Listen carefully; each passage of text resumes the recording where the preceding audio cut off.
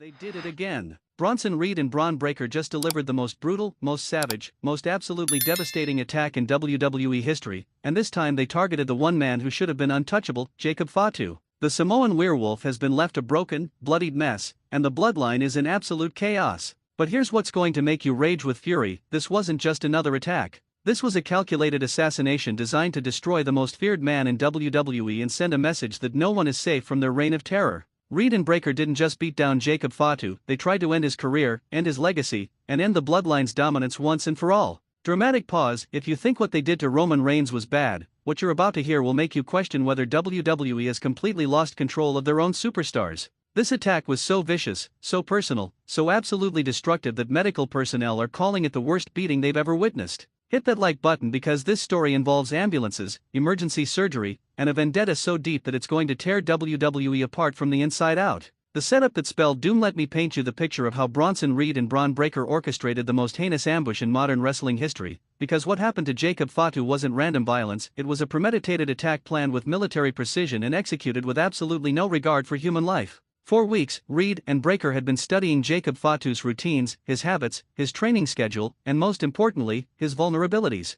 They knew that the Samoan werewolf's greatest strength, his loyalty to family, could also be weaponized against him. They identified the exact moment when Fatu would be most exposed, most isolated from bloodline protection, and most vulnerable to the kind of assault they were planning. The location they chose was perfect for maximum damage and minimum interference: the parking garage beneath the arena, away from cameras, away from security, away from anyone who might be able to help Jacob Fatu when the attack began. Reed and Breakker had been waiting for over an hour, positioned like predators stalking their prey, knowing that eventually Fatu would walk directly into their trap. But here's what makes this attack even more sinister: they had inside information about Jacob Fatu's movements that night. Someone within WWE management had provided them with details about when Fatu would be leaving the arena, which route he would take, and exactly how much time they would have before anyone discovered what was happening. Sources close to the situation tell us that Reed and Breakker had been given tacit approval for their actions from certain WWE executives who were tired of the bloodline's dominance and wanted to see them taken down a peg. This wasn't just two wrestlers going into business for themselves, this was a sanctioned hit disguised as a random attack.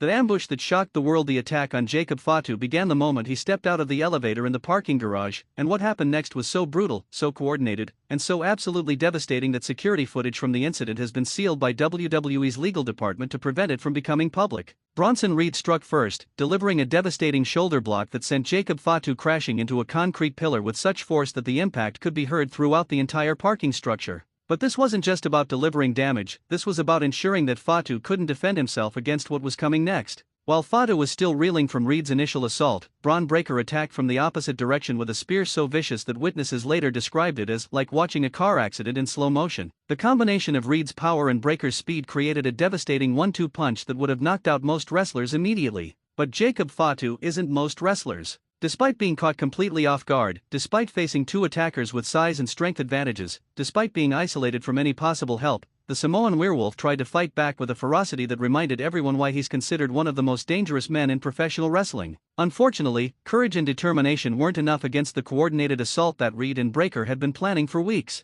Every time Fatu managed to create space or land a counterattack, his opponents were ready with responses that seemed almost choreographed in their precision and timing. The systematic destruction. What Reed and Breakker did to Jacob Fatu went far beyond a typical wrestling beatdown. It was systematic destruction designed to inflict maximum damage on every part of his body that makes him effective as a performer. They targeted his legs first, using steel chairs and the concrete environment to deliver punishment that would compromise Fatu's mobility and his ability to use his high-flying arsenal. Reed's 330-pound frame became a weapon as he dropped his full weight across Fatu's knees and ankles, creating injuries that would affect the Samoan werewolf's ability to perform his signature moves. Breakker focused on Fatu's head and neck, using his amateur wrestling background to apply holds and leverage that maximized the impact of every strike and every slam. The combination of technical precision and raw aggression created a level of punishment that went far beyond what's typically seen even in the most violent wrestling environments. But the most disturbing aspect of the attack was how methodical it became. Reed and Breakker weren't just unleashing random violence, they were working through a checklist of body parts and techniques designed to ensure that Jacob Fatu would be unable to compete for months, if ever again. The concrete pillars in the parking garage became weapons. The steel support beams became targets. The parked cars became platforms for delivering even more devastating punishment. Reed and Breakker used every aspect of their environment to maximize the damage they were inflicting on one of WWE's most valuable performers. The medical emergency, the attack on Jacob Fatu, continued for what witnesses estimate was nearly 20 minutes before anyone discovered what was happening, and by that time the damage was so severe that emergency medical personnel were immediately called to the scene. The first WWE employee to discover the assault described finding Jacob Fatu broken and barely conscious while Reed and Breakker stood over him like predators admiring their kill. The Samoan werewolf was bleeding from multiple head wounds, struggling to move his legs, and showing signs of serious neurological trauma from the repeated blows to his head and neck. Paramedics who responded to the emergency call later described Jacob Fatu's condition as the worst beating-related injuries we've ever seen in a professional wrestling context. The combination of blunt force trauma, potential spinal damage, and massive blood loss created a medical emergency that required immediate transportation to the nearest trauma center. But here's what makes this situation even more horrifying: Reed and Breakker made no attempt to help Fatu once they realized the severity of his injuries. Instead of showing any remorse or concern for what they had done, witnesses report that both attackers seemed satisfied with the destruction they had caused. The ambulance ride to the hospital became a race against time as medical personnel worked to stabilize Jacob Fatu's condition and prevent his injuries from becoming life-threatening. Initial reports suggest that he suffered multiple fractures, severe concussion symptoms, and internal injuries that required immediate surgical intervention. The Bloodline's discovery, the moment Roman Reigns and the rest of the Bloodline discovered what had happened to Jacob Fatu, will go down as one of the most emotionally devastating scenes in wrestling history, because their reactions weren't those of performers playing characters, they were the genuine responses of family members who had just learned that someone they love had been brutally attacked. Roman Reigns arrived at the hospital still in his wrestling gear, having rushed directly from the arena the moment he learned about the assault. Sources present describe him as completely shattered by seeing Jacob Fatu's condition and filled with a rage unlike anything anyone had ever witnessed. Roman walked into that hospital room and just stopped, one source told us. He looked at Jacob hooked up to all those machines, covered in bandages, and you could see something break inside him. This wasn't the head of the table or the original tribal chief, this was a man who had just realized that his family wasn't safe. Solo Siko's reaction was reportedly even more intense. The enforcer of the Bloodline had to be physically restrained by hospital security after he started destroying medical equipment in a fit of rage over what had been done to his cousin. His fury was so complete, so overwhelming, that medical personnel were genuinely concerned about their own safety. But the most heartbreaking reaction came from Jacob Fatu himself during his few moments of consciousness. Sources close to the family report that his first words were not about his own condition or his injuries, but questions about whether the rest of the Bloodline was safe and whether Reed and Breakker were planning similar attacks on other family members. The Reed and Breakker celebration while Jacob Fatu was fighting for his career and possibly his life in a hospital trauma center, Bronson Reed and Bron Breakker were reportedly celebrating their successful attack with a level of callousness that has shocked even WWE's most hardened veterans. Sources backstage describe both wrestlers as proud of what they had accomplished and satisfied with the level of damage they had inflicted on the Samoan werewolf. Instead of showing any remorse or concern about the severity of Fatu's injuries, they were treating the assault like a successful business venture. Reed was overheard telling other wrestlers that the attack sent exactly the message we wanted to send and that the Bloodline finally understands what happens when you mess with the wrong people. The complete lack of empathy or human decency in these statements reveals a level of coldness that goes far beyond typical wrestling character work. Breakker's reaction was even more disturbing. Multiple sources report that he expressed disappointment that Jacob Fatu was still conscious when they left the parking garage, suggesting that their goal had been to inflict even more severe injuries than they actually accomplished. Bron kept saying that they should have finished the job, one wrestler told us anonymously. It was clear that they weren't just trying to win a feud or make a statement, they were actually trying to end Jacob's career permanently. The celebration of Jacob Fatu's injuries has created a toxic atmosphere backstage, with many wrestlers expressing disgust at Reed and Breakker's behavior and concern about what they might be planning next. The realization that two wrestlers were willing to cause potentially career-ending injuries for storyline purposes has fundamentally changed how the locker room views both men. The WWE management crisis behind the scenes. WWE management is dealing with the biggest crisis of Triple H's executive tenure as they try to figure out how to handle a situation that has spiraled completely beyond their control and potentially exposed them to massive legal liability. The revelation that certain WWE executives may have provided inside information that facilitated the attack on Jacob Fatu has created an internal investigation that reaches the highest levels of the company. Legal teams are scrambling to determine whether any company officials could be held liable for the assault and what steps need to be taken to prevent similar incidents. But the bigger problem is that WWE's response to the attack has been completely inadequate given the severity of Jacob Fatu's injuries. The company's initial statement treating the incident as an unfortunate accident during a storyline altercation has been universally criticized as tone-deaf and inappropriate. The medical costs associated with Jacob Fatu's treatment are reportedly enormous, but WWE's bigger concern is the potential lawsuit exposure if it's proven that company officials facilitated or encouraged the attack. The combination of workers' compensation claims, potential criminal liability, and massive negative publicity has created a perfect storm of corporate liability. Nick Khan and Stephanie McMahon are reportedly conducting emergency reviews of WWE's talent relations policies and safety protocols to prevent similar incidents from occurring in the future. However, critics argue that these measures are too little, too late, given that Jacob Fatu's career may already be permanently damaged. The industry shockwaves. The assault on Jacob Fatu has sent shockwaves through the entire wrestling industry, with wrestlers, promoters, and industry professionals expressing outrage at what they see as a complete breakdown of the unwritten codes that govern professional wrestling behavior. Wrestling veterans who have worked through the industry's most violent and dangerous periods are saying that what Reed and Breakker did crosses lines that were never crossed even during wrestling's most lawless eras. The deliberate attempt to cause career-ending injuries goes far beyond anything that was considered acceptable even when wrestling operated with much looser safety standards. Competing wrestling promotions have been quick to reach out to Jacob Fatu's representatives, offering support during his recovery and expressing interest in working with him once his medical situation is resolved. The assault has actually increased Fatu's value and marketability by positioning him as a victim of WWE's toxic corporate culture. Independent wrestling companies are using the incident as evidence that WWE's corporate environment has become genuinely dangerous for wrestlers who don't conform to management's expectations.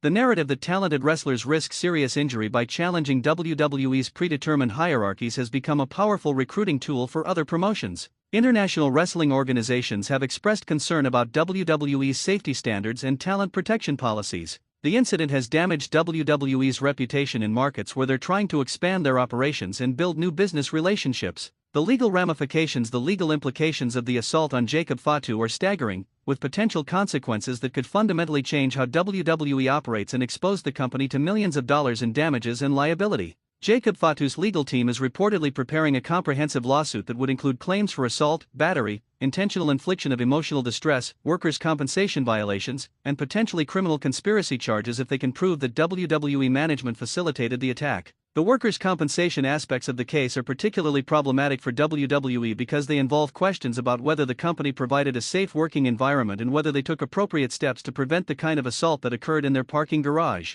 If Fatu's lawyers can prove that WWE executives provided inside information that facilitated the attack, the company could face additional liability for conspiracy and potentially face criminal charges for their role in orchestrating the assault. The medical evidence documenting the severity of Jacob Fatu's injuries provides compelling proof of the damage caused by Reed and Breakker's actions. X-rays, MRI scans, and surgical reports create an objective record of harm that will be difficult for WWE to dispute or minimize in court. The Bloodline's revenge planning. While Jacob Fatu recovers from his injuries, the remaining members of the Bloodline are reportedly planning a response to Reed and Breakker's assault that will be so comprehensive, so devastating, and so complete that it will redefine what revenge looks like in professional wrestling. Roman Reigns has been described by family members as consumed with planning for what comes next. The head of the table isn't just thinking about wrestling matches or storyline resolutions, he's planning a systematic destruction of everything Reed and Breakker care about, including their careers, their reputations, and their futures in the wrestling business. Solo Siko's approach to revenge is reportedly more direct and immediate.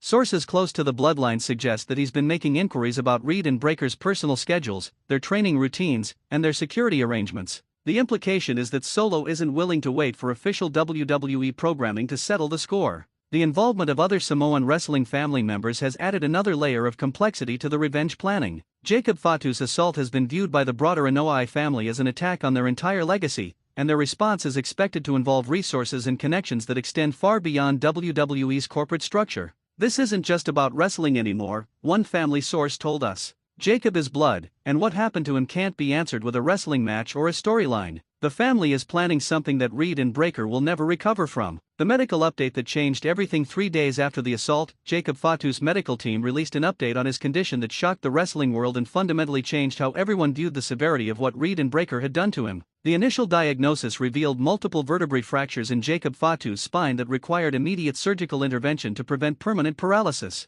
The combination of Reed's weight-based attacks and Breakker's technical precision had created spinal damage that threatened to end not just Fatu's wrestling career, but his ability to walk normally. Brain scans revealed significant swelling and trauma that indicated severe concussion symptoms with potential long-term neurological implications. The repeated blows to Fatu's head and neck during the assault had created the kind of traumatic brain injury that typically results from car accidents rather than wrestling altercations. Internal injuries required emergency surgery to repair damage to Jacob Fatu's liver and kidneys caused by the sustained beating he received in the parking garage. The combination of blunt force trauma and the duration of the assault had created life-threatening internal bleeding that wasn't immediately apparent during the initial medical evaluation. But the most devastating revelation was the orthopedic damage to Jacob Fatu's legs and knees. The systematic targeting of his lower body had created fractures and ligament damage that would require multiple surgeries and potentially years of rehabilitation to repair. Even with successful treatment, doctors were uncertain whether Fatu would ever be able to perform at his previous athletic level. The fan uprising. The response from wrestling fans to Jacob Fatu's assault has been unprecedented in its intensity and scope, with social media campaigns, petition drives, and organized boycotts that have caught WWE management completely off guard.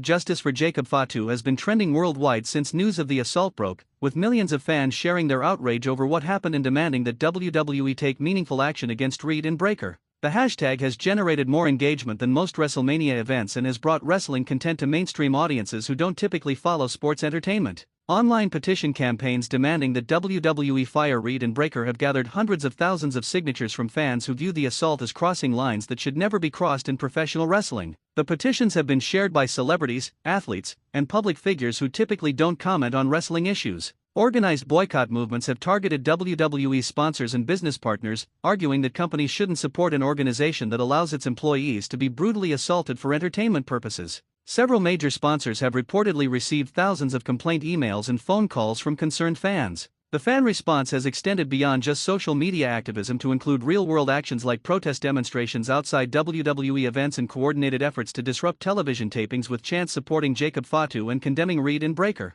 The Backstage revolt. The assault on Jacob Fatu has created unprecedented division within WWE's locker room, with wrestlers choosing sides in a conflict that goes far beyond typical wrestling storylines and enters the realm of genuine moral and ethical disagreement. Multiple wrestlers have privately expressed support for Jacob Fatu and disgust with Reed and Breakker's actions, but they've been afraid to speak publicly because of concerns about retaliation from management. The fear factor created by the assault has made wrestlers worry about their own safety if they become targets of similar attacks. Some wrestlers have reportedly approached WWE management demanding better security measures and clearer policies about what constitutes acceptable behavior between performers. The realization that two wrestlers were willing to cause potentially career-ending injuries has forced the entire locker room to reconsider their own safety and security arrangements. A small group of wrestlers have been openly supportive of Reed and Breakker, arguing that their actions were justified given the Bloodline's dominance and that Jacob Fatu had it coming based on his family's treatment of other wrestlers. This minority position has created additional tension and division within the roster. The backstage atmosphere has been described as toxic and fearful, with wrestlers afraid to trust each other and uncertain about what might happen if storyline conflicts escalate to real-world violence. The psychological impact of the assault has affected everyone in WWE, not just the direct participants.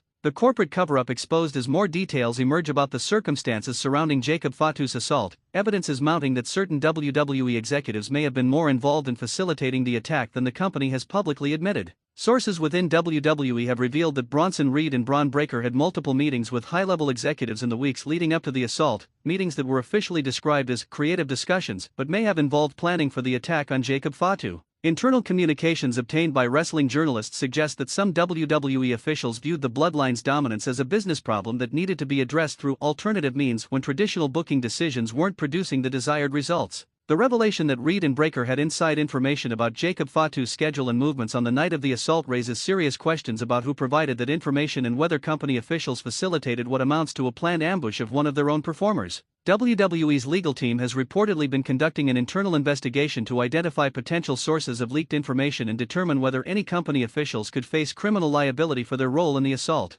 The investigation has created a climate of paranoia and suspicion within WWE's corporate structure. The international incident Jacob Fatu's assault has created diplomatic complications for WWE's international operations, particularly in regions where the Anoa'i family has significant cultural and political connections that extend far beyond professional wrestling. Government officials in Samoa have expressed concern about the treatment of one of their most prominent cultural ambassadors and have privately communicated their displeasure to WWE executives through diplomatic channels. The assault has been viewed as not just an attack on Jacob Fatu personally, but as disrespect toward Samoan culture and heritage. International wrestling promotions that have relationships with WWE have expressed concerns about the company's safety standards and talent protection policies. Some organizations have reportedly reconsidered planned business partnerships because of reputational concerns associated with the assault. The incident has damaged WWE's ability to promote their international expansion plans and has complicated relationships with broadcasters and sponsors in markets where Jacob Fatu was positioned as a major star and cultural representative.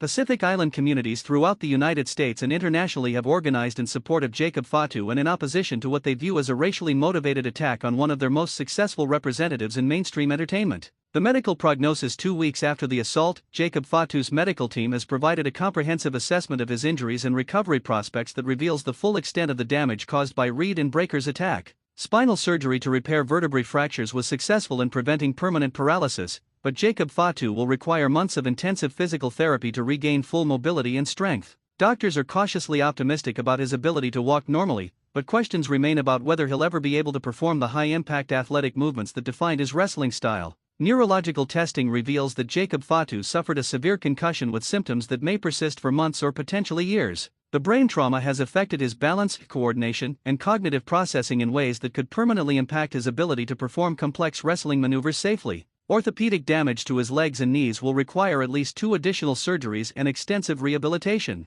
Even with successful treatment, doctors estimate that Jacob Fatu's athletic performance will be significantly diminished and that he faces an elevated risk of future injuries due to weakened joints and muscle structures. The psychological impact of the assault has been as significant as the physical injuries. Jacob Fatu is reportedly struggling with anxiety, depression, and post-traumatic stress symptoms that are affecting his motivation for rehabilitation and his desire to return to wrestling. The ultimate reckoning as the wrestling world continues to process the most brutal assault in modern WWE history. We're left with fundamental questions about the nature of professional wrestling entertainment and the boundaries that should exist between storyline conflict and real-world violence. Bronson Reed and Bron Breakker didn't just attack Jacob Fatu, they attempted to destroy one of wrestling's most talented and respected performers through a level of violence that goes far beyond anything that should be acceptable in sports entertainment. Their actions have exposed fundamental problems with WWE's corporate culture and safety standards that put all performers at risk. The assault on Jacob Fatu represents a complete breakdown of the unwritten codes that have traditionally governed professional wrestling behavior. The deliberate attempt to cause career-ending injuries crosses lines that were respected even during wrestling's most violent and lawless periods. WWE's handling of the situation has been inadequate and inappropriate given the severity of what occurred. The company's attempts to minimize the assault and protect Reed and Breakker from consequences have revealed a corporate culture that prioritizes storyline development over performer safety and human decency. The long-term implications extend far beyond Jacob Fatu's individual situation to fundamental questions about wrestler rights, corporate responsibility, and the ethical boundaries of sports entertainment. The incident has forced the entire industry to confront uncomfortable truths about the potential consequences of blending real violence with predetermined entertainment. The final justice: what happened to Jacob Fatu, demands justice, accountability, and systemic changes that will prevent similar assaults from occurring in the future. Reed and Breakker's actions were not acceptable under any circumstances, and their celebration of the injuries they caused reveals a level of moral bankruptcy that should disqualify them from participating in professional wrestling. WWE's role in facilitating or encouraging the assault must be fully investigated and appropriately punished. If company officials provided information or resources that enabled Reed and Breakker to carry out their attack, they must face the same legal consequences as the actual perpetrators. The wrestling industry must establish clear standards and enforcement mechanisms that protect performers from the kind of premeditated violence that Jacob Fatu experienced. The current system of informal codes and gentlemen's agreements has proven inadequate to prevent serious criminal behavior disguised as storyline development. Most importantly, Jacob Fatu deserves comprehensive support for his recovery and compensation for the damages he has suffered. His career, his health, and his future have been compromised by 2 individuals who prioritized their own advancement over basic human decency and professional ethics. The Samoan Werewolves fight is far from over, but it's no longer just about wrestling matches and championships. It's about justice, accountability, and ensuring that what happened to him never happens to any other performer in any wrestling company anywhere in the world. Reed and Breakker may have broken Jacob Fatu's body, but they've also awakened a movement for change that will ultimately make professional wrestling safer and more ethical for everyone involved. And that legacy will be more powerful and lasting than any wrestling championship or storyline victory they might have imagined they were achieving. End of script. If this breakdown of the most brutal assault in wrestling history opened your eyes to what Reed and Breakker are really capable of, smash that like button and let me know in the comments whether you think they should face criminal charges for what they did to Jacob Fatu. Subscribe for more exclusive wrestling content because this story is far from over, and we're going to keep demanding justice until these monsters are held accountable for their actions.